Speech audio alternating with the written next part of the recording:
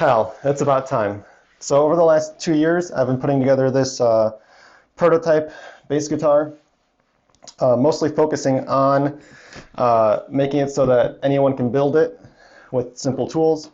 So all you really need is a saw, a chisel, and some soldering equipment. And yeah, basically you've got a Raspberry Pi here, a special knob here. The special knob I use to control the difficulty, but honestly it's really up to you to come up with what you want to connect to the Raspberry Pi. I mean, it's really up to your imagination. And yeah, basically, as you can see, the yellow is the highest string, and then red, and then blue, and then green. And each note has that on it. And then I wired the cables through the back side. And I'm going to try to show you how you can put one of these together. All right, so step one, we're going to be doing some unboxing. Don't forget your safety equipment. And I've got a box cutter. And it looks like it's partially unboxed already, but mostly just a lot of tape.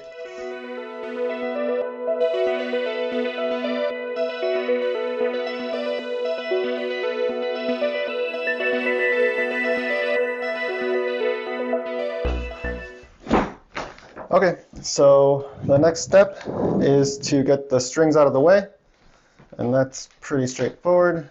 You just twist these guys here. You probably don't have to do them like I'm doing it, but I just like doing them all at the same time. Tiny hole.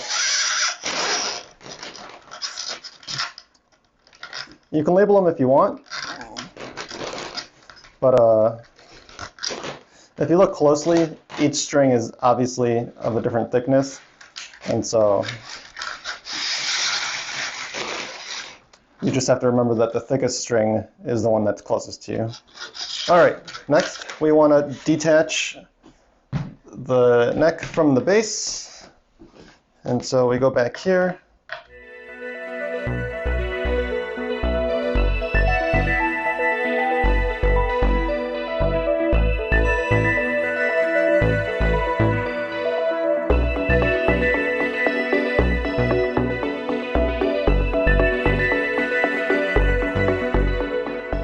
So for this next part, I like to have one of my PCBs ready and just go through with a white gel pen or some sort of white marker. Doesn't have to be white, just light colored. And basically you want to make sure you mark out at least how much width you're going to need.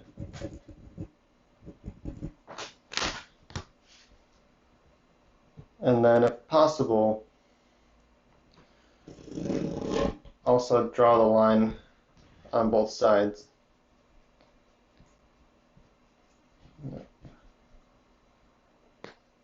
There we go. And if it's not perfect, we're always going to have a sanding down step later with the file.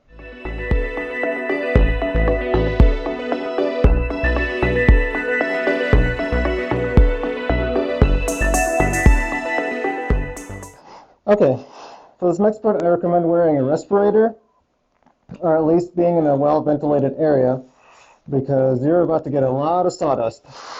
And so I've got a small wood cutting saw here. I also recommend using a coping saw if you have one of those. I seem to have misplaced mine. And yeah, you just want to go along each one of those lines you just drew and cut it down.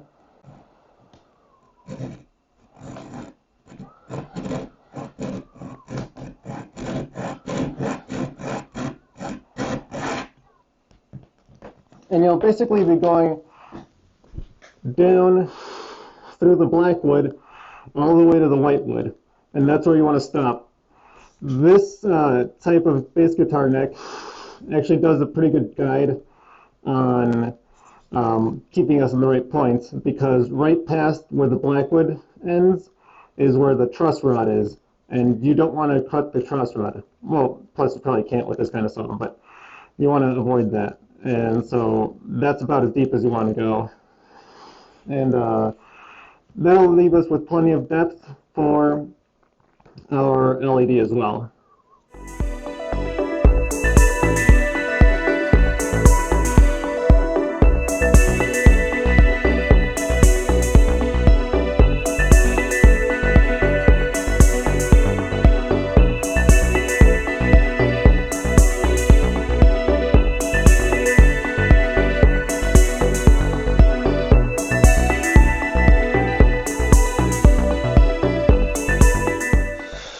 Okay, so now you're ready to start soldering.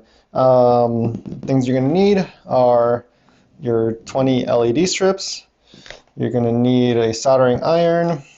It's going to be very useful to have a Arduino with simple addressable LED code on it already. That way you can test as you go, which is extremely useful.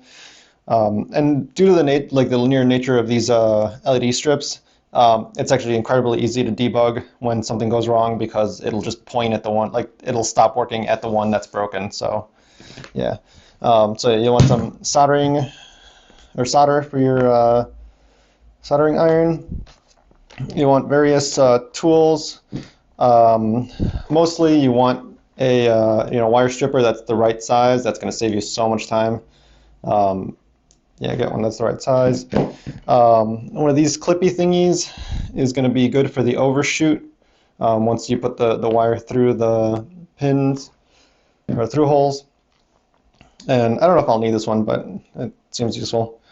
And then obviously you'll want at least 3 colors. I'm going to go with red for 5-volt, blue for ground, and green for signal.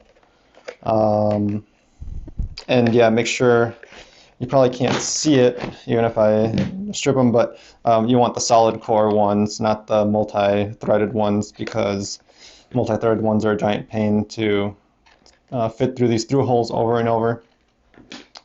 And yeah, we're ready to start. So I've got this rudimentary paper diagram, which kind of explains how the soldering goes. So we've got 6 holes on this guy. Let's see if this works. I don't know. Okay, there we go. So we've got 6 holes, and these correspond to these 6 places. So basically you've got DI, that one's going to be green, and that's going to be signal. That's from the previous LED strip. Then we've got 5 volts in, and that's just connected to the 5 volts out and the rest of the system. And that one we're going to go in through here and then go out through there. We've got digital out, that's going to be green. That one's going to go on to the next guy. We've got a ground that's going to come in underneath and to here. And then we've got another ground, which is the out one for the next strip. And so yeah, we're just going to like daisy chain these on the way up. I like to have the LEDs for this part on so that if I do fold a cable the wrong way, which does happen, that I know right away. And so the trick is going to be, like, once you glue it, it's going to want to stay there, and there's things you can do if you make a mistake, but doing it right in this step will save us a lot of time in the future. And then there are things that I forgot to remove some of these extra cables, so I'm going to do that right now. I need some safety equipment.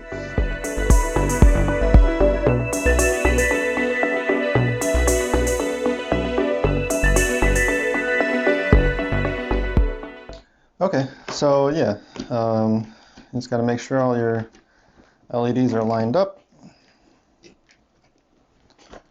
And then you're going to be holding onto them while you apply the hot glue to make sure that they are fully seated in their channels. as the hot glue cools. All right, let's do this. And yeah, and you mostly just want to worry about that, I don't know if you can see that, but that the highest point of the LED is below the wooden part of your fret. So basically it's all within the channel. All right, so we can start applying the hot glue.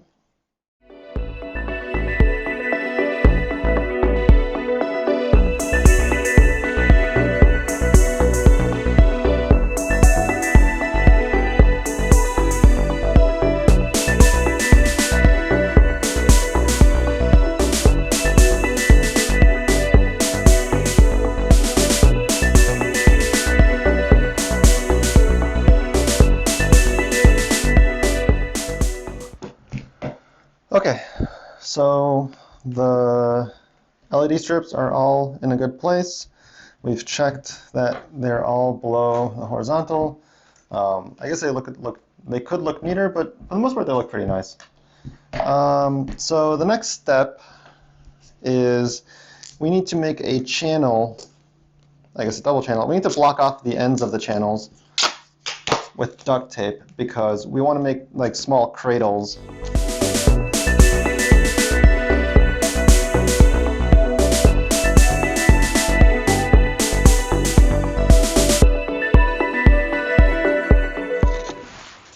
Okay, so we're here in my garage because of the fumes.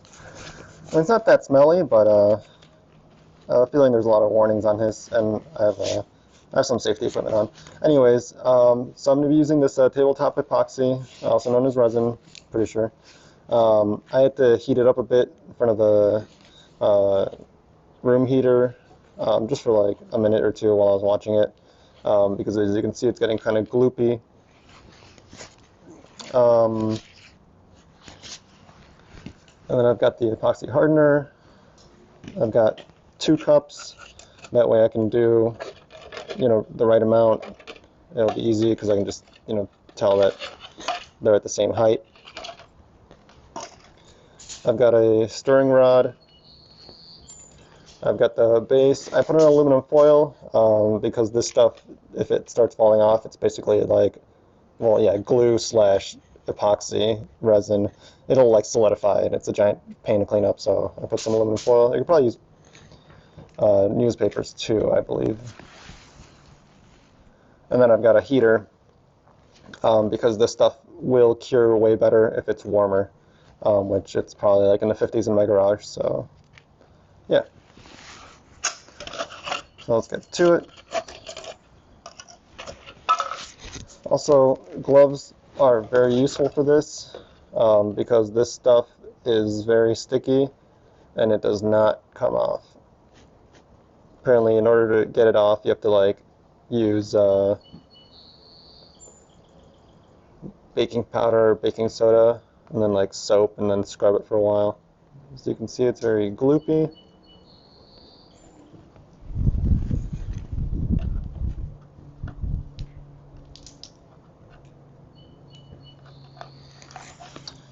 All right, let's see how much I've got. It's hard to tell because it won't flatten out. But yeah. So you want to have, I guess if you have a scale that can go that low,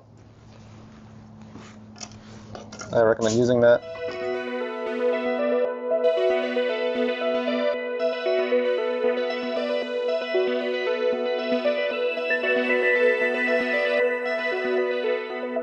Okay, so next let's open up the pick guard.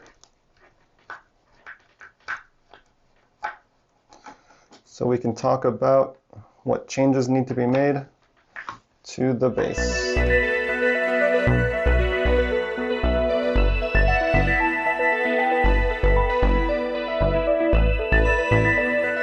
The main modification we have to make is we need to cut a channel from here to here so that the LED cables can, be routed to the Raspberry Pi. The second thing we want to do is maybe cut like a zone right here where our Raspberry Pi will sit. And again, we'll have to figure out how to best orient it.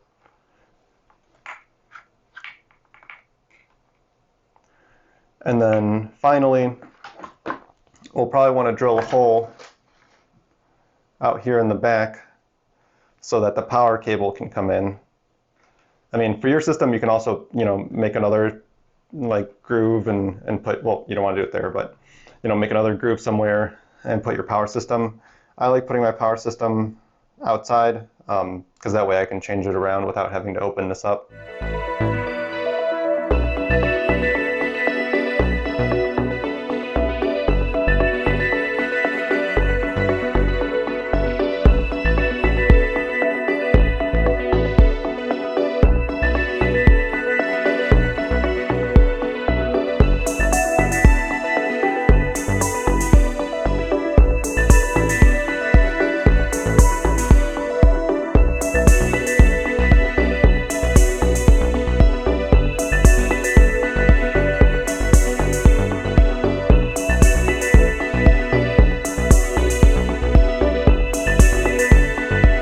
So yeah, we do a sudo python 3 strand test after doing the pip install, and if you did it right, it should be going nuts.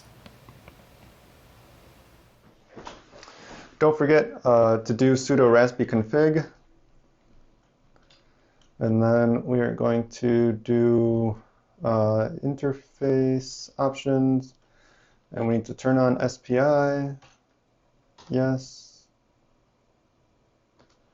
And we also want to turn on interface options and go to SSH. Yes. So now it's time to clean up this mess.